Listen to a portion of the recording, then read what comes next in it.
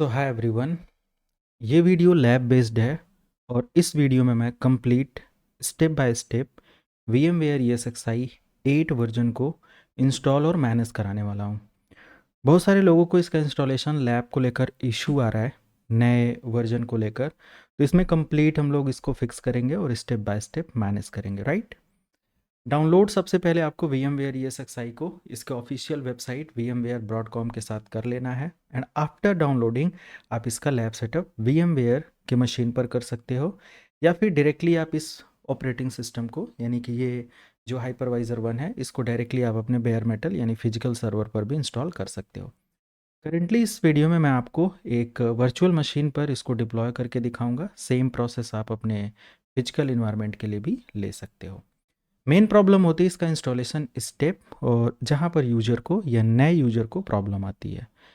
सबसे पहले मैंने अपना डाउनलोडिंग कर रखा है और हमारे पास एक VMware है और मैं यहाँ पर क्रिएट करूँगा एक नई वर्चुअल मशीन, राइट। सिंपल, यहाँ पर एक नया वर्चुअल मशीन क्रिएट करेंगे और कस्टम ऑप्शन सेलेक्ट करेंगे। यहाँ पर हम नेक्स्ट करेंगे और फाइनली यहाँ से हम 25H2 पर्सनल यूज़ के लिए इस्तेमाल करेंगे। I will install the operating system later, बाद में मैं इंस्टॉल करना चाहता हूँ। नेक्स्ट करना है VMware ESXi को लेना है, आप अपना लेटेस्ट वर्जन यहाँ से सेलेक्ट कर लीजिए। फाइनली नेक्स्ट करना है और यहाँ पर अपना नेम आप देंगे, तो मैं यहाँ पर दे देता हूँ ESXi 8.1, ओके। एंड इसका लोकेशन मैं अपने कंप्यूटर सिस्टम पर किसी डिफरेंट लोकेशन पर सेट करना चाहता हूँ, जो कि सर्वर डेटा नाम से एक SSD है। और इसके अंदर VMs के अंदर मैं यहाँ पर एक फ़ोल्डर क्रिएट करता हूँ, मेक न्यू फ़ोल्डर, और ये मेरा VMware लाइव बैच के लिए या कोई भी एक फ़ोल्डर नेम देंगे। और इस फ़ोल्डर के अंदर, क्योंकि मैं आगे चल के और बहुत सारा लैब सेटअप कराने वाला हूँ, तो ये मेरा VMware या ESXi 8.1 है, ठीक है। अब फाइनली मैं इस फोल्डर के अंदर यानी कि इस डायरेक्टरी पर इसको इंस्टॉल करना चाहता हूँ, नेक्स्ट करूँगा। फाइनली यहाँ से आपको प्रोसेसर सेलेक्ट करना है। क्योंकि VMware ये सक्साई के लिए या किसी भी आप VMware के प्रोडक्ट को इंस्टॉल कर रहे हो तो आपको कुछ चीज़ें ध्यान रखनी है। जैसे सिंपल आप गूगल पर जाएं और सर्च करें VMware ESXi 8 hardware requirement, okay. इसमें आप ऑफिशियल वेबसाइट पर विजिट करेंगे जहाँ पर ESXi 8 के बारे में कंप्लीट हार्डवेयर रिक्वायरमेंट है।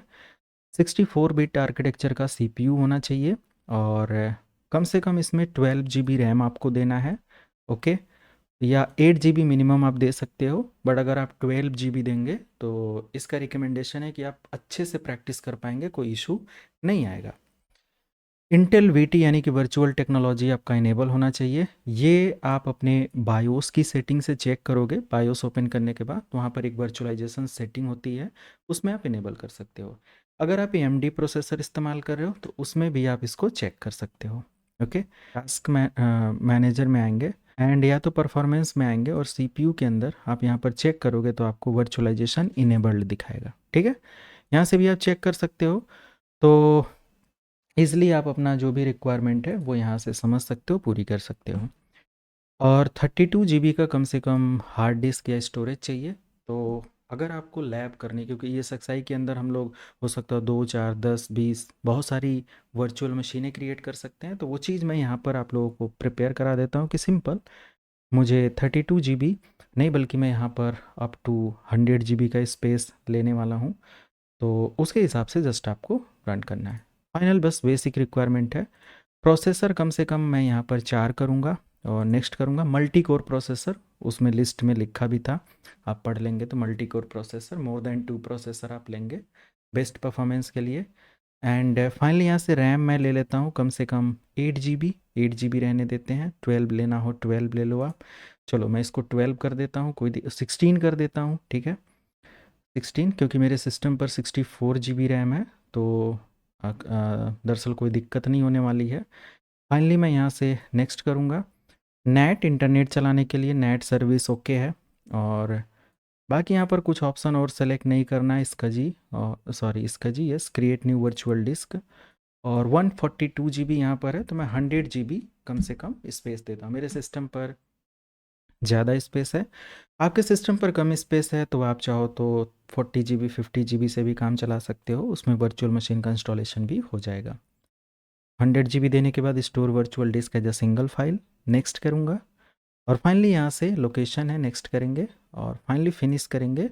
और ये हमारा सिंपल एक लैब सेटअप होता है ESXi 8 वर्जन को लेकर, ठीक है। फाइनली यहाँ पर एडिट वर्चुअल मशीन आएंगे और यहाँ से आप CD DVD ऑप्शन सेलेक्ट करेंगे। यहाँ पर अपना ISO फाइल को ऐड करेंगे, ब्राउज़ कर लेंगे। फाइनली जहाँ कहीं भी आपने ISO फाइल को सेव किया है उसको सेलेक्ट करेंगे। सेलेक्ट करने के बाद ओपन कर लेंगे और फाइनली आप इसको क्लोज़ कर देंगे। एंड अब ये समय है कि हम लोग इस मशीन को बूट करें और स्टेप बाय स्टेप इसका इंस्टॉलेशन प्रोसेस देखें। पावर ऑन करेंगे, बूट हमारा स्टार्ट हो चुका है। चूँकि ये लिनक्स बेस्ड प्लेटफॉर्म है, तो यहाँ पर आपको टर्मिनल और सारी चीज़ें अच्छे से समझ में आएगा, जो भी लिनक्स पर कभी भी काम किए हैं। तो फाइनल बहुत ईजी है इसका सेटअप, बट हाँ, थोड़ा सा आगे जब कॉन्फ़िगरेशन करते हैं स्टैटिक IP, डायनेमिक IP और इन सब चीज़ों को आप प्रॉपर तरीके से देख लेंगे, ओके। या डिस्क को फॉर्मेट करना है नहीं करना है, कुछ बेसिक ऑप्शन आते हैं, वो स्टेप बाय स्टेप आप यहाँ पर देख लो, आपको क्लियर हो जाएगा, ओके। फाइनल यहाँ पर आप इंस्टॉलेशन के लिए कंटिन्यू करने के लिए एंटर की प्रेस करेंगे और यहाँ पर स्केप की से आप डू नॉट एक्सेप्ट और F11 से आप एक्सेप्ट करेंगे। तो टर्म्स कंडीशन यहाँ पर है इस मशीन को इंस्टॉलेशन और यूसेज को लेकर। तो सिंपल मैं यहाँ पर F11 और फाइनली हमारा प्रोसेस कंटिन्यू होगा। यहाँ पर आपको अपनी हार्ड डिस्क को सेलेक्ट करना है और पर्टिकुलर प्रोसेस को कंटिन्यू करना है। तो मैं यहाँ पर जस्ट एंटर की प्रेस करूँगा और कीबोर्ड लेआउट पूछ रहा है, एंटर कर दो, डिफ़ॉल्ट रहने दो। एक पासवर्ड पूछ रहा है, ऐसा कोई पासवर्ड आप एंटर करें ताकि आपको वो पासवर्ड और सारी चीज़ें प्रॉपर याद हो। मैंने अप्लाई कर दिया एंड देन एंटर की प्रेस करेंगे। फाइनली यहाँ पर कह रहा है कि इंस्टॉलेशन के लिए कुछ कॉन्फ़िगरेशन है, hard disk format and all, तो ये F11 प्रेस करेंगे और फंक्शन 11 और फाइनली हमारा इंस्टॉलेशन और सारा प्रोसेस कंटिन्यू कर देगा। देन हम लोग इसको यूज़ कर सकते हैं, ओके। तो ये एक सिंपल सेटिंग है। और फाइनल यहाँ पर remove the installation media before rebooting. तो रिबूट से पहले हमें क्या करना पड़ेगा, इंस्टॉलेशन मीडिया को यहाँ से हटा लेना होगा, ठीक है। तो फाइनल मैं यहाँ पर राइट क्लिक करता हूँ, सेटिंग पर आता हूँ और जो हमारा CD DVD है इसको मैं डिस्कनेक्ट कर देता हूँ, ठीक है। ओके करता हूँ। अगर आप फिजिकल मशीन पर काम कर रहे हैं तो अपनी पेन ड्राइव को आप अपने सिस्टम से डिस्कनेक्ट कर देंगे और फाइनल आप इसको रिबूट करेंगे, एंटर करेंगे, मशीन आपका रिबूट होगा एंड देन फाइनली आप इस मशीन को यूज़ कर पाओगे। लेकिन वेट, अभी यहाँ पर आपको एक बेसिक सेटिंग करनी है जिससे कि आप इसका GUI एक्सेस हमेशा एक स्टैटिक IP के थ्रू कर पाओ। मैं उसका स्टेप बाय स्टेप यहाँ पर कंप्लीट सेटअप करा देता हूँ, ओके। तो यहाँ पर हमारे हमारे सिस्टम को एक IP मिली जो कि 192.168.11.206 है, ओके। अगर आप मैनुअल IP देना चाहते हो तो वो स्टेप सबसे बेटर होता है कि मैं इसको मैनुअल IP देना चाहता हूँ। बट मैनुअल IP देने के लिए सिंपल हमें क्या करना पड़ेगा, यहाँ पर F2 for customize the service and यहाँ पर आपको अपना रूट का क्रेडेंशियल देना होगा। जैसे कि मैं यहाँ पर देकर एंटर किया पासवर्ड एंड फाइनली यहाँ पर कन्फिगर पासवर्ड नहीं, कन्फिगर मैनेजमेंट नेटवर्क, यस मुझे इसको कन्फिगर करना, एंटर करेंगे। नेटवर्क एडॉप्टर हमारा VMNIC 0 है, ईथरनेट 0 पर काम कर रहा है। अब यहाँ से नेक्स्ट करेंगे एंड IP वर्जन 4 की कॉन्फ़िगरेशन स्टार्ट करेंगे और फाइनल यहाँ से मैं इसको थर्ड ऑप्शन सेलेक्ट करूँगा, to set the static IP address. आप जो भी स्टैटिक IP एड्रेस है वो यहाँ पर कॉन्फ़िगर कर देंगे अपने नेटवर्क के अकॉर्डिंग।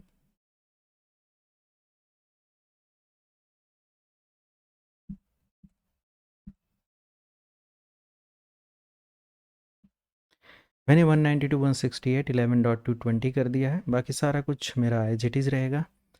एंटर करेंगे और फाइनल यहाँ पर IPv6 की कॉन्फ़िगरेशन नहीं करना है।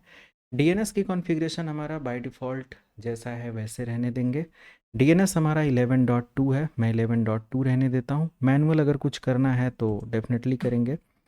तो फाइनली यहाँ पर 11.2 ठीक है, रहने देंगे। अल्टरनेट DNS सर्वर में 8.8.8.8 मैं कर देता हूँ और लोकल होस्ट का जो जो नेम है मैं इसको कर देता हूँ ESXi1, ठीक है, ESXi 1।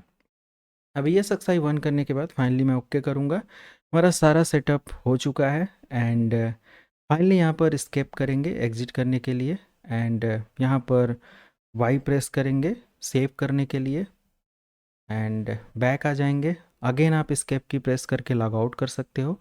आपके सिस्टम की IP 192.168.11.220 हो चुका है। फाइनली आप इसको मिनिमाइज़ करेंगे, अपना ब्राउज़र ओपन करेंगे एंड 192 डॉट फाइनली जो भी आपका एड्रेस है 192.168.11.220 एंटर करेंगे और आप यहाँ पर अपने VMware को ESXi का लैब एक्सेस कर पाएंगे। प्रोसीड करेंगे अनसेव करके, अपना रूट क्रेडेंशियल देंगे एंड देन फाइनली यहाँ पर आप इसको यूज़ कर पाएंगे। फर्स्ट टाइम है, आपको आई थिंक 2 मंथ का फ्री लाइसेंस मिलता है। आप प्रैक्टिस कर सकते हो, स्टूडेंट हो तो ये काफ़ी बेस्ट है। मेमोरी यूटिलाइजेशन 11% है, CPU यूटिलाइजेशन 1% है, स्टोरेज अभी बिल्कुल फ्री है। बाकी इसके अंदर कैसे काम करना है, सब्सक्राइब करके बेल आइकन प्रेस कर लें ताकि इससे रिलेटेड जो भी वीडियोज़ अपलोड हो आपको मिलती रहे। ऑलरेडी इस पर बहुत सारी वीडियोज़ हैं, प्लेलिस्ट चेक करिए और बाकी अदर कोर्सेज़ के लिए भी सब्सक्राइब करके बेल आइकन प्रेस करो ताकि सारे अपडेट आप लोगों को मिलता रहे। मिलते हैं नई वीडियो में। Thank you so much. Have a good day.